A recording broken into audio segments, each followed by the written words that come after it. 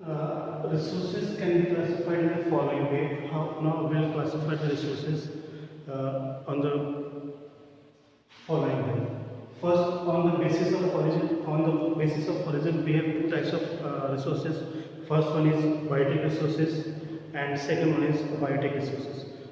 What is biotic resources? Biotic resources are these which will obtain from the biospheres, and that resources which we are obtained from the biospheres, they are with us in life. They have life, such as human beings, flora and fauna, fisheries, livestock. These are the biotic resources. And if we talk about biotic resources, all those which are available in the nature and which will compose, and these are non-living things. These are called biotic resources. These are rocks, metals which will extract from the nature. So these are biotic resources. Now next one, on the basis of exhaustibility. Exhaustibility means खत्म होने की दर को, उसको exhaustibility बोलते हैं. That is on the basis of exhaustibility. Again, there are two types of resources. First one is renewable resources. Renewable resources, which resources we can renew after time to time. हम लोग जिसको renew कर सकते हैं, जैसे हमारे पास solar है. Solar सन की रेस डेली आपकी सन की रेस को हम लोग इलेक्ट्रिसिटी में कन्वर्ट कर सकते हैं विद द हेल्प ऑफ एक प्रॉपर मीडियम की सहायता से हम लोग उसको इलेक्ट्रिसिटी में कन्वर्ट कर सकते हैं. फॉरेस्ट हो गया, ये अपने आप को क्या करता है, रिन्यू करते रहता है. विंड हो गई, वाटर हो गया. तो these resources can be renewable again and again. Second one आता है हमारे पास non renewable resource. Non renewable resources आता है, these occurs over a very longer geological time. इसको बनने में काफ़ी ज़्यादा मिलियंस ऑफ ईयर्स लगते हैं. सो तब जाके ये बनता है. That's why this is non renewable resource. हमारे पास पेट्रोलियम प्रोडक्ट है, तो इस पेट्रोलियम प्रोडक्ट्स को बनने में मिलियंस ऑफ ईयर्स लगे हुए हैं. That's why that resource can come in non renewable, जिसको हम लोग दोबारा से रिन्यू नहीं कर सकते हैं. That is non renewable resources. तो ये हमारे पास on the basis of exhaustibility. Next आता है on the basis of ownership. On the basis of ownership again we have four types of resources. First one is individual resource.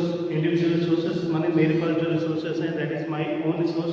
तो individually जो उसका owner होगा that comes under the individual resource.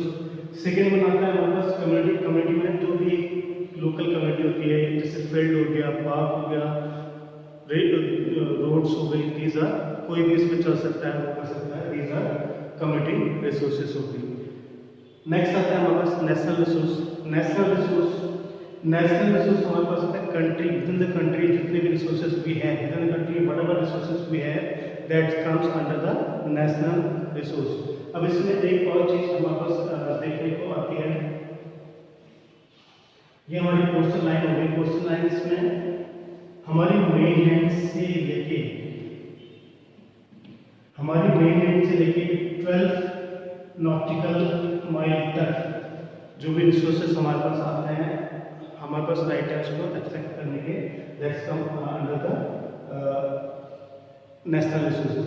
अब इसको और थोड़ा वाइडर व्यू करते हैं. वेस्टर्न टेरिटरी पे आती है मेन लैंड, कोस्टल लैंड से लेके 200 नॉटिकल माइल तक. 200 नॉटिकल माइल तक whatever things come under this territory, they belongs to that particular country. तो 200 नॉटिकल माइल्स की जो बाउंड्री होती है वो कंट्री की बाउंड्री को बिलोंग करती है. और 12 नॉटिकल माइल तक जो होते हैं, approximate 1 nautical mile equal to 1.9 approximately 1.9 kilometre होता है. तो अप्रोक्सीमेटली 22 किलोमीटर तक का एरिया है. 22 किलोमीटर का एरिया जो कि होता है वो नेशनल रिसोर्सेज के काउंट में काम होता है. और 200 जो बाउंड्रीज होती हैं वो 200 नॉटिकल माइल्स तक होती हैं. मीन्स 200 नॉटिकल कोस्टल लैंड से लेके 200 नॉटिकल माइल्स तक जो भी बाउंड्री है वो किसी इस कंट्री को बिलोंग करती है जिस कंट्री के से कोस्टल लाइन शुरू होती है. और 200 नॉटिकल माइल्स तक हमने देखिए नेशनल हमने पढ़े. अब 200 नॉटिकल माइल्स से लेके हम लोग पढ़ेंगे इंटरनेशनल. अभी हम लोग ओशन का एग्जांपल ले लेते हैं। ओशन में 200 नॉटिकल माइल्स तक कंट्री के विद इन कंट्री या कंट्री के टेरिटरी में आता है।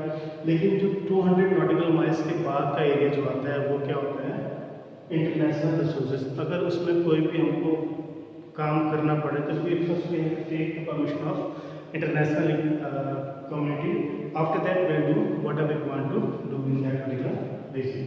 तो ये हमारे पास on the basis of ownership individual resources आ गया, कम्युनिटी रिसोर्सेज आ गया, नेशनल रिसोर्सेज आ गया और इंटरनेशनल रिसोर्सेज आ गया। तो ये हमारे पास है। तो इसमें कभी कभी बोर्ड में शॉर्ट क्वेश्चन पूछ रहा है कंट्री के नेशनल रिसोर्सेज से कितने किलोमीटर तक रहता है, तो उस time we will write 12 nautical miles if your option is 12 nautical miles, if your option is in kilometers then that time you will write 22 kilometer. Next हमारे पास आता है on the basis of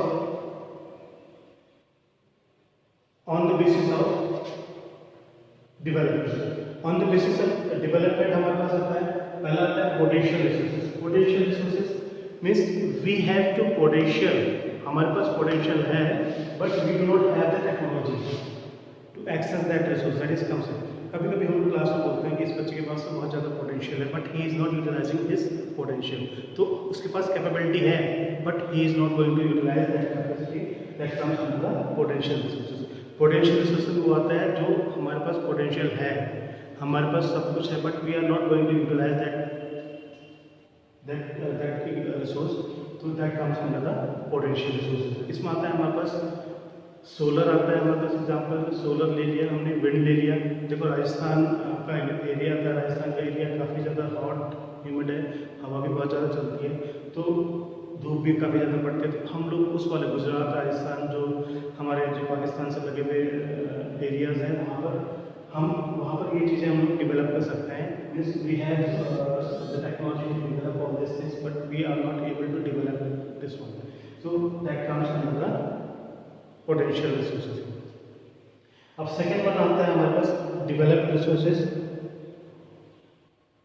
developed resources में आता है, developed resources वो resources होते हैं which we have developed for our society. हमने जो डेवलप कर चुके हैं सोसाइटी के लिए वो आते हैं डेवलप्ड रिसोर्सेज में।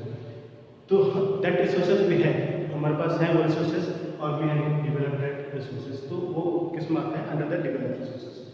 अब आता है हमारा स्टॉक। स्टॉक हमारे पास क्या है, स्टॉक हमारे पास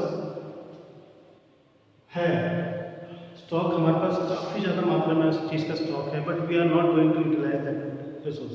क्यों?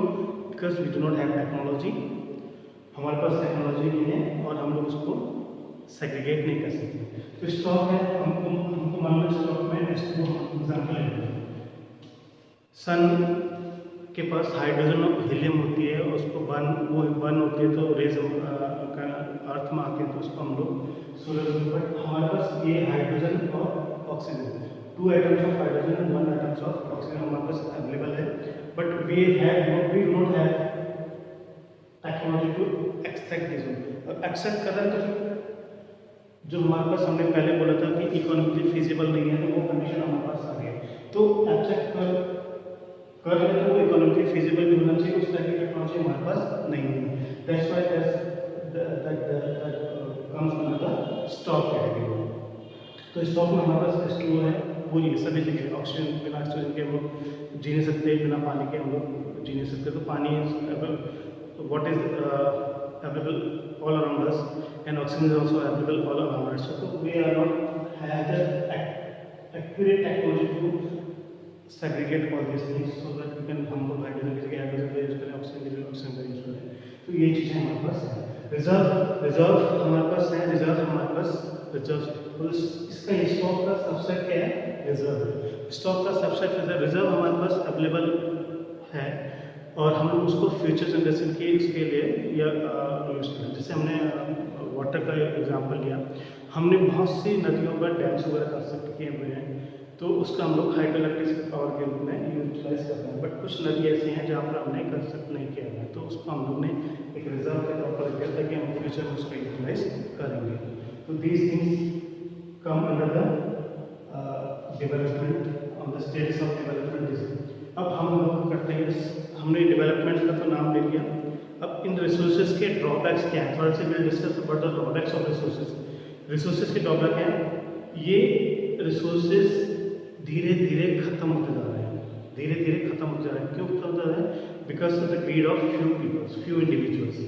थोड़े से जो कुछ लोग हैं, जो उनके इंडिविजुअल्स के कारण ये रिसोर्सेज डिप्लीट होते जा रहे हैं। हम लोग देखें अपने चारों तरफ, देखें सराउंडिंग्स, तो रिसोर्सेज क्या है, खत्म होते जा रहे हैं। फॉरेस्ट पहले कितना घना फॉरेस्ट होता था, अब धीरे धीरे क्या है, फॉरेस्ट खत्म हो गया because of greed, or greeds. दूसरा, accumulation of resources in few hands. Resources का यूटिलाइजेशन कुछ ही हाथों में है, that's why they are using resources. यहाँ पर दो कैटेगरीज बन जाती हैं हमारी, हैव्स और हैव नॉट। हैव माने जिनके पास है, हैव नॉट जिनके पास नहीं है। इट मीन्स अगर if categorise these two things in the rich and, हमारे पास पुअर पीपल की कैटेगरी बन जाएगी, रिच और पुअर पीपल की कैटेगरी बन जाएगी। तो rich people they are using resources abundantly, they are using resources, and poor people they do not have the resources, how they will use। तो next हमारे पास आता है इंडिस्क्रिमिनेट एक्सप्लॉयटेशन ऑफ रिसोर्सेज होता है, जिससे कि मैंने पहले कहा था हैव और हैव नॉट के जो हैव हैं कंट्रीज के बारे में बात कर रहे हैं जिनके पास रिसोर्स। अमेरिका है, अमेरिका बहुत नंबर 1 कंट्री है इन रिसोर्सेज के यूटिलाइजेशन के लिए। तो अमेरिका क्या कर रहा है, इन रिसोर्सेज का यूटिलाइज कर रहा है, जिससे हमारा जो इन्वायरमेंटल है, इन्वायरमेंटल डिग्रेड कर रहा है। और धीरे धीरे आपने देखा होगा ग्लोबल वार्मिंग बढ़ रही है। ग्लोबल वार्मिंग बढ़ने से क्या हो जाएगा, जो पोल्स की आइस है वो मेल्ट होते जाएगी। पोल्स की आइस अगर मेल्ट होगी तो क्या है, पानी की रूप में जाएगी। पानी जो आइलैंड है, हमारे छोटे छोटे आइलैंड है, वो इसमें सबमर्ज हो जाएंगे, पानी में सबमर्ज हो जाएंगे। तो इससे एक काम, और धीरे धीरे जैसे जैसे हम लोग इस रिसोर्सेज का ज़्यादा यूटिलाइज करेंगे तो हमारे क्या होगा, ओजोन लेयर की डिप्लीट होगी। ओजोन लेयर डिप्लीट होने से अल्ट्रावायलेट रेज हमारी बॉडी में पड़ेंगी, तो उससे हमारे को बहुत सारी डिजीजेज भी हो सकती हैं। तो ये चीज़ें हमारे पास डेवलपमेंट है। डेवलपमेंट के साथ साथ हमको ये ड्रॉबैक्स भी हैं। डेवलपमेंट के कुछ drawbacks I'm going to tell you the drawbacks. Now, in next we'll study about the sustainable development.